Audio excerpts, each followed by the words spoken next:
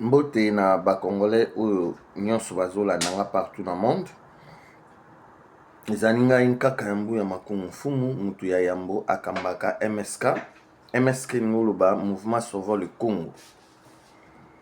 Na ozala mukuse bandeko parce que nayebi ke Congolais oyo nyonso etaleli ya kibolamu ya kotalisa nzela ya lobiko pona mboka na biso, pona sauver peuple na biso et surtout future génération Congolais toyebi bobungi eza makasi. Congolais baninga kolanda oyo eloko eza ya malamu vraiment te. Congolais baningaka eloko moko boye atali oyo ya moni eza nango likambo moko dérisoire. Mais moment oyo ezosenga na Congolais nyonso amitala atala situation mboka parce que tous les kaka tozo vivre na temps na espace. Totika mukili oyo depuis oyo baleki gouverner mboka na biso. Eloko nini oyo batikeli génération na biso ya malamu. Parce que biso totika nini na génération oyo ekoya. Tokoloba boye, vu situation culturelle, sociale, économique et politique ya mboko eza par terre. Situation wana po s'arrêter que bakonza mboka o bazoya dirigeara mboka na façon wana. Il faut mettre un autre système. Il y a abolition, il y a système, il y a traite négrière au lelo to anango. Na système, il y a colonisation. Il y a des siècles. Na système néocolonial où tozoa depuis l'indépendance où to anango lelo 65 ans. Bomi tout na question depuis pendant 65 ans nini o malamu culturellement, socialement, économiquement, politiquement ou to établir ou to tient na mutombo kanabiso na ba institution na biso. Bandeko to laksaka oyo ezali mémorandum constitutionnel ya MSK. Réinventons un autre modèle de gouvernance selon notre culture. Kongalushwa to benga ngo kongonga la luba swahili ensemble to vanda to solola. Bakoko na biso batikela biso palabre to vanda to solola. Bon, eloko oyo to kotsango na ba institution nyonso depuis époque ya Kabila na régime ya Félix Tshisekedi. To comprendre que baza ba démocrate parce que ba démocrate ba tetu. Ba démocrate baza na ignorance ya makasi. Ba démocrate bazali na ba façon ya kotalisa makambo oyo ezokende à l'encontre ya mboka. Ba démocrate bazali na façon ya kolandela mindele pona bazala ba esclave ya mindele. Yango wana na projet autocha eloko ya motuya na parler ka sur le plan politique parce que totali ça sur le plan culturel, sur le plan social, sur le plan économique et politique. Na hotel ça sur le plan politique. Sur le plan politique eloko ya makasi tozolinga na mboka na biso que président azala na pouvoir ya kokonza batu nyonso te. Akoki kokonza na ye. Mais soki akonzi na lolenge ya malamu c'est bon. Soki akonzi na lolenge ya malamu te, mukonza mboka, il faudrait assez que pouvoir moko ezala en place oyo ekoki kolongola mukonza mboka. Yangana bomoni na document oyo topesa comme ébauche tout consort na document oyo toloba boye ke tozonga na système na biso royal oya bantsaku na bampanzu na bandinga. Système wana oyo wuta depuis 5e siècle tango ba grec na ba romain ba créer démocratie pour ba ya kobebisela biso système ya théocratie. Na kati ya ébauche oyo totalisa ke tozongisa lignée ya ba ntsaku bampanzu na bandinga. Ntsaku ils ont représenté le Sénat comme pouvoir spirituel. Mpanzu, ils ont représenté le lokola Parlement comme pouvoir scientifique. Ndinga, ils ont représenté le lokola présidence comme pouvoir exécutif pour na ko gérer mboka na kati administration pe gestion. Ce que élément moteur na kati projet o ezake na kati ya lignée ya bantsaku o ba changer biso na 18e siècle ba commission au Sénat. Et d'ailleurs botala ba mboka mususu ebele ba Angleterre, ba Espagne, Belgique kutu kaka o ya konza biso pendant 85 ans na colonisation yemo kaka zala tilelo na système royal. Alors na lignée ya bantsaku o ba komisa Sénat biso ezalaki kuna nde to bandeki kopona mkonza mboka un roi batie wana pona a diriger.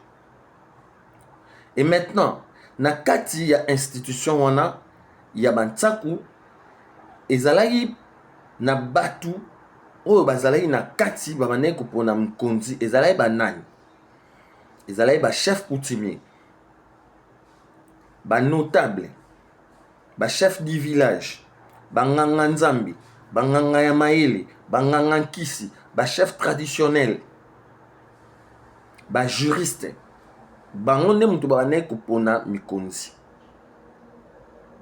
Lolenge elekaka na Rome ndenge baponaka pape bazwa biloko wana epai na biso ba romain. Siko na kati ya institution wana ya lignée ya bantsaku ezalaki ke soki batie mukonzi faut a diriger comme ndinga présidence par exemple, mais pas na biso ezalaki roi oyo tozoluka tozongisa na mboka na biso. Il faut un roi. Donc présidence lelo ndeti bandinga. Donc bango baza na obligation ya kosala makambo oyo euti na plan epai ya bampanzu parce que epai ya bampanzu déjà epai ya na institution wana ebandeki ko tia batu oyo baza ba scientifique tel que ba enseignant, ba médecin, corps nyonso scientifique na ba domaine nyonso bazalaki représenté, ba technicien, ba ingénieur, ba agriculteur bazali na ba représentant na bango. Ndeti lelo par exemple toi na 26 provinces, na chaque 26 provinces ba syndicat ya ba agriculteur, ba président na bango, ba représentant na bango ou ba coordonnateur na bango, donc mutu na bango moko fa représentaka bango na institution ya ba mpanzu. Mpanzu nde ezali sika pouvoir scientifique et bandeki kozala. Sikoyo ndinga comme président de la République aujourd'hui makambo oyo aza nango comme ba ministre na ye na ba gouverneur yepé azali na ba projet et mais ba projet wana faut ba travailler ensemble na ba scientifique na ba mpanzu. Et à l'entretemps c'est l'île ou institution oyo ezo surveiller bango ezali bantsaku. Siko mkonza mboka soki azo diriger et que aza ko obéir te na oyo eza établi constitutionnellement na 3 grandes institutions wana en commençant par bantsaku na bampanzu bango bandinga comme ba représentant ya administration pe gestion ya mboka soki bazo patauger et que bazo diriger mabe bantsaku institution wana oyo représenter pouvoir spirituel bazali obligé ya ko interpeller mukonza mboka aya na kati institution wana basolola batalise ke pendant 1 an 2 ans makambo oyo sala politiquement na kati administration eza yango te eza malamu te. Alors fais gaffe zonga kende kosala na ndenge système ya théocratie ezosenga mpona osalila. Soki continue encore pendant 1 an bantsaku bainterpele ye siko kuna epai ya bantsaku baza na selile moko ya conseil oyo ezali ke bavandaka conseil des sages baoyebisa siko mokonzi ya mboka ke tozolongola yo parce que okokisi makambo oyo esengi te mpona peuple mpona mboka. Et donc ça veut dire mokonzi ya mboka aza garant ya pouvoir te. Donc bato baza garant ya pouvoir eza bantsaku. Donc ye soki azodirige mabe aza na notification ayebi déjà ke nde naza boye na kobadine te poso na badine na kolongwa. Voilà ce système bandeko oyo faut esengeli mpona kogouverner mboka na biso na ndenge ya malamu. Il faudrait à ce que ezonga na motu ya mboka na biso. Sans cela bandeko boyeba kaka totikala ba pauvre, totikala ba esclave ya ba mindele na ba démocrate oyo bazoyaka na mito ya mboka na biso. Barozwa ba démocrate oyo baa na opposition depuis ba créer yango makambo opposition Mobutu azongisango le 24 avril 1990. Bosala nanu bilan bino moko, bomitala nanu boloba na opposition oyo ememi biso wapi. Bato nyonso baza na opposition wana soki batie bango na moto ya mboka bakosala la même chose oyo badémocrate wana misusu baza deja oyo bazosala kaka. Bakotala kaka epa mindele, batikala kaka baesclave ya mindele. Alors il est temps bandeko tosangana vers bato oyo baya na un grand projet. Le projet est là bandeko, le projet est là, nous vous le présentons. Le projet est là. Tout un système où ils ont garantir pouvoir que mokonzi ya mboka soki abandi okende pa mindele akende kofukamela mindele akende kosengaka mindele atalisa makambo epa mindele babengi ye balongoli ye parce que bampanzu na kati ya institution bampanzu oyo ezo représenter pouvoir spirituel plutôt pouvoir scientifique nalobi bien bampanzu bazo représenter pouvoir scientifique kuna nde bango bazopesa mayele ya ba domaine scientifique nyonso. Tozala ba scientifique nyonso. Si toleka déjà niveau ya kosala ba train, niveau ya kosala ba voiture, déjà na kota ba Kivu kuna basala déjà bato baza kuna basala déjà ba scientifique basala ba bateau. Bazali. Donc toleka niveau tout. Tozana ba géomètre, tozana ba ingénieur, tozana bato batangi na ba polytechnique, tozana ba biochimiste, ba vanda boye, faut bazula biso ba chinois, faut bazula biso bato moko boye, ba kosalela biso yango na bomoni ba koko baza kosilika. Ba koko baza kosilika. On en a marre, on est fatigué, on ne peut pas passer ba génération en génération biso mutu tozo kende pe na kokufa totika mboka que ba future génération o ezoya ezalaka rabongo. Bandeko c'est le moment. Bon Luka, un mouvement où ils ont un projet. Le projet est là. Spirituel, scientifique et politique. Nyon se zali na katia atokuma. Congolais lingara. Comment expliquer ça? Bandeko tous à un niveau il y a ignorance. Au moins ignorance et même mutu akoma arrogant. Mutu sera commis arrogant. Abandoko telemelayo azolo bamaramu bo o ya yebinete. Azako ignorer. Et puis mutu soit comme arrogant et même mutu a commencé à la bêtise. Tant mutu a commencé à la bêtise et comme mutu a comme méchant. Que oh tout mutu azolo ba malamu a royo kamote. C'est ça to longwana ignorance. To longwana ignorance. O tozo tali sabino na kata MSK. Tozan a besoin d'ici 2028. Tolobaki déjà na Batou, na 2023, qu'il n'y ait pas d'élection sans changement de constitution. Et à la base de ces projets, base nango ezali changement ya constitution. Constitution tozo senga, eza constitution Congo, Congo ya K. Pas constitution ya conférence de Berlin, ya Congo ya C. Où ils ont mettre biso en esclavage, tilelo, esclaves de champs, esclaves de surveillance, et ben esclave de maison. Nako leka, nako expliquant. Je me suis décidé ya ko leka ka ya ko expliquer, ya ko parler parce qu'il fut un moment tout ça na ba plateforme autoko tikangote malgré peut tous les caca, na ba émission, ainsi de suite, faut les casco tout expliquer les choses. Alors, na zongi et pas il y a lignée, il y a bantsaku. Na kata lignée, plutôt il y a bampanzu. O ezali corps scientifique. Na kata lignée, il y a bampanzu. Kuna tokozala pas même plus de 250 personnes. Tous les représentants na bango, barobima, na ba territoire. Parce que na ba territoire, ils ont na ba tribu.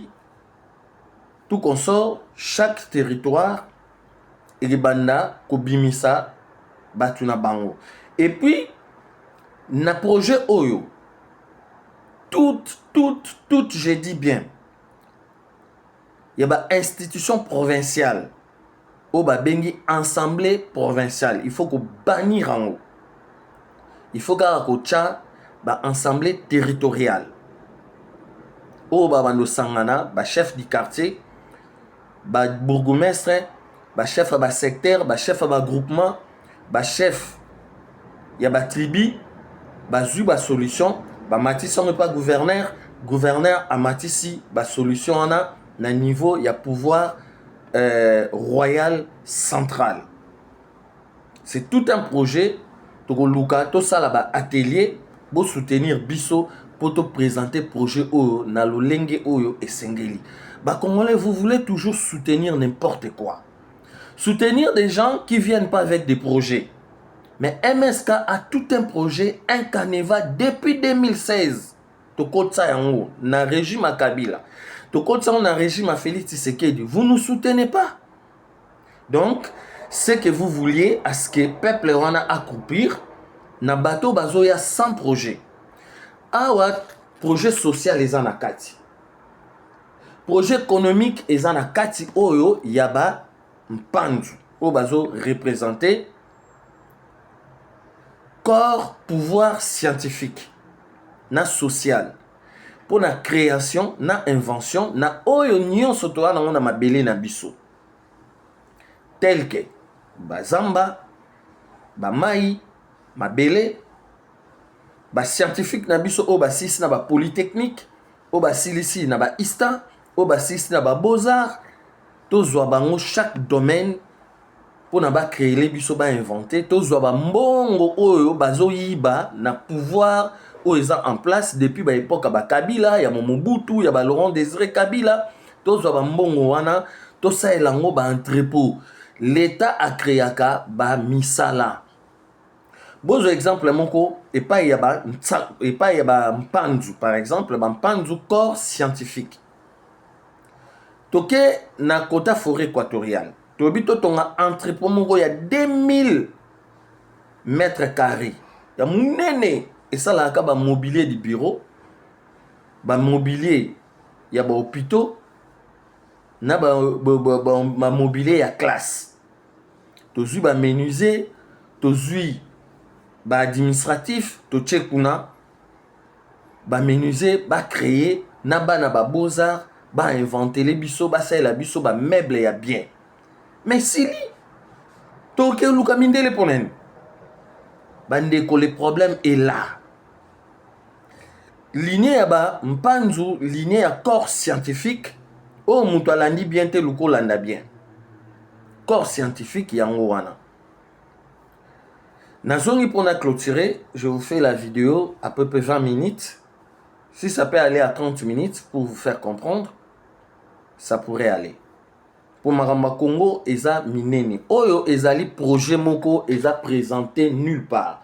Nous devons que ba chef coutumier et Belé, ils parlent, mais ils n'ont pas présenté le projet. Bon, ba projet mususu eza fédéralisme. Biso pe to le belara fédéralisme. Nous voulons une nouvelle constitution authentique et fédérale. Mais fédéral ou fédéralisme biso tozo lobela na ndenge teke chaque province ezwa ba makambo nango et comme na autonomie dans le sens que bazala na ba militaire na bango tete biso ezakaka ko fédérer peuple mobimba peuple nyonso parce que na kati awa faut ko longola lisusu ba o etaleli ba ministres provinciaux parce que boye ba ke tozana ba 400 et quelques ministres na projet na mboka na biso toana ba ministre national toana ba ministre provinciaux ezo ko dégringoler appareil public ya l'état na ba dépenses inutiles. Alors nazongi na eloko eza mutuya ya lignée ya ba ntsaku oyo ezo représenter pouvoir spirituel esika oyo ba chef coutumier ba chef du village ba notable ba clairvoyant ba juriste ba chef traditionnel oyo bango bakopano mpona mokonzi basakomoni ye baintronize ye ke okokende odirige mboka na bavaleur boye na baprincipe boye. Soki akoki te ndenge na explikaki tout au début bakobenga ye mpona balongola ye. Donc ça veut dire bantsaku lignée wana bango mutu bazali na garant baza garant ya pouvoir. Donc mukonza mboka ye azosalela kaka administration na gestion mpona social économie ya mboka et puis mpona ko garder intégrité territoriale. Mais soki abebisi yango bantsaku na bampanzu oyo ezali corps scientifique na bantsaku oyo eza corps spirituel bakovanda babi bobenga nanu mukonza mboka wana oyo alingo kosakana na tradition na biso awa ali yaka awa et donc akotia kutuduti te po pouvoir eza yo te bayo bapesi yo kaka et pas ba institution moko boye yo sala kaka oyo malamu yo kaka so osali mabe odivague babengi yo batalisi yo eloko wana baaméricain baya nango bazwango epai na biso depuis 5e siècle. Entre 5e siècle, 7e siècle, ba grec na ba romain. Et tout ça ba grec na ba romain so botani na kati baza ba juif, baza bango wana ba américain, ba israélien, tout ça c'est eux. Système wana ya longola mukonzi na pouvoir botala Donald Trump tanga zayi mukonzi liboso balinga ba longolé ba interpellaki bazala na chambre moko boye na congrès na bango ndetsa ba sénat babenga mukonza mboka soko kokite ozo diriger mabe ba olongolo bazwango avant route vers 5e siècle parce que ezalaki système ya théocratie ba romain ndenge bavota pape na Vatican ndenge ba eliraka ye o milinga moka pembe bimi na moindo e bazwango epai na biso ba Congo yango na bango ba exploitaka tilelo ba romain oyo na kata projet oyo biso tozo zongi sango MSK et comment déjà depuis 2016 tokotsa ba biloko to lakisa même toloba ke depuis vendredi le 16 juin vendredi le 16 juin oyo Angleterre et bimaka na Union européenne et kozala éclaboussement chute en cascade ya Union européenne totali sango na ba mikanda awa na auto komela ba pouvoir en place depuis 2016 depuis Angleterre et bimaka vendredi le 16 juin 2016 ba bimaka na Union européenne totali saka batu déjà na bango ba konza mboka na ba Félix Tshisekedi ke Europe et kokwea. Et c'est le moment où Afrique faisait la unifier na kata unité africaine véritablement mais pour un développement il y a Afrique pour créer États-Unis d'Afrique mais ekobanda na République démocratique du Congo où faisons un Congo et ça li réunification il y a Afrique centrale ba Angola, ba Gabon, tout, ba Centrafrique, ainsi de suite. Et puis 10 ans après, tokoya ko créer États-Unis d'Afrique pour to konza mokili na kati ya théocratie na lolenge ya malamu. To imposer bango. Et puis to loba ke soki Congo ya Congo ezongi Congo conférence moko il faut salama. Oye ko faire taire ba armes na mokili oyo oke salama kuna na Congo tango ekozonga Congo to convoquer ba président américain ba président ya ba Russie bango nyonso ya Israël ya France tout bakoya na Congo et puis bakoya voilà bandeko Je passerai au fur et à mesure, petit à petit, à Fungola bino très bien. Bon comprendre parce que tout un moment où batu tout au côté. Biso stoloba qui ont bien avant que il y a de cela 10 ans passés. Toloba qui to kota na kati ya réécriture, il y a histoire, il y a Congo. Yango to koti nango. Mais nous demandons vos soutiens, bandeko. Toti que la génération où ezo ya eloko ya malamu. Sur le plan éducationnel, nakata projet oyo, to longola maramba bendele, to changer ba manuel scolaire, nyonso to boîte, to kombo lango elongwa. To chaya biso, to longola français na muto mboka. Bota la français ezali domination mo spirituelle na ninga mukete. Bota la batwa lo baba français depuis 1960, ti lelo na mito mboka. Ça change à rien. Tobo ite bazo sala ba effort na bango, na façon na bango. Mais ça a changé quoi en fait? Ça a changé quoi? Bandeko, mutu, cerveau, tout eza na cerveau. Ba mboka nyos tout o eza développé. Cerveau. L'esprit c'est cerveau. Et là, on se sauté, qu'on crée, qu'on inventé, oh ça la kiti, oh ça la soki kisi, oh ba plante citoza nango médicinale, nyonso corps scientifique wana epa yaba mpanzu, tokoki komize mbongo na 26 provinces, na 26 territoires, na biso na ba territoire, toche, prenons par exemple 200 millions de dollars en francs congolais, to ça la nini. Tout ça là laboratoire traditionnel moderne. Ba médecin tradit praticien, ba médecin traditionnel na biso ba ya kusala la biso tout ça là industrialisation pharmaceutique. To ko dominer mukili mobimba na bakisi. Tout ça la sécurité, il y a santé publique. Tout développer pharmacie. Tout ça là ba plante ba mondongo, tout ça là ba Congo bololo, ba plante on a tout l'état oyo. Donc faut ba kangango, peuple la koko ke ngo simba, on te présente ba plante moko dangereuse. Mais comme il y a rien qui est établi, raison pour laquelle tozo vivre lokola ba nyama na kati société na biso ki bonyama koleka na ba nyama. Bandeko, il faudrait à ce que bato ba na capacité au bazali, na connaissance au bazali. Na ba compétence, savoir-faire, savoir-être, bazala na mito mboka. Ba démocrate, ba memi biso trop na ravin, na maboulou. To changer les choses. Approchons-nous, soutenons-nous pour to changer un autre modèle de gouvernance selon notre culture. To réinventer. Projet en haut tozo la Sabino, tout. Banda Kala. Alors on a clôturé parce qu'il me reste 2 minutes pour 30 minutes.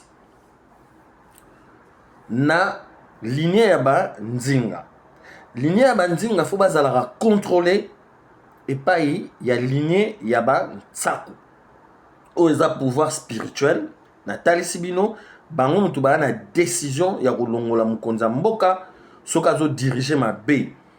Soka zo patauger, soka zo kendeka et pas mindele pour na randaka biso toza toujours esclave ba obenga ba kotalisa toza na ba scientifique na biso bango wana déjà faut ba na ko créer ba entreprise publique et à l'état comme ba entreprise nationale. Ça existe, il n'y a pas que les privés qui doivent primer, ainsi de suite.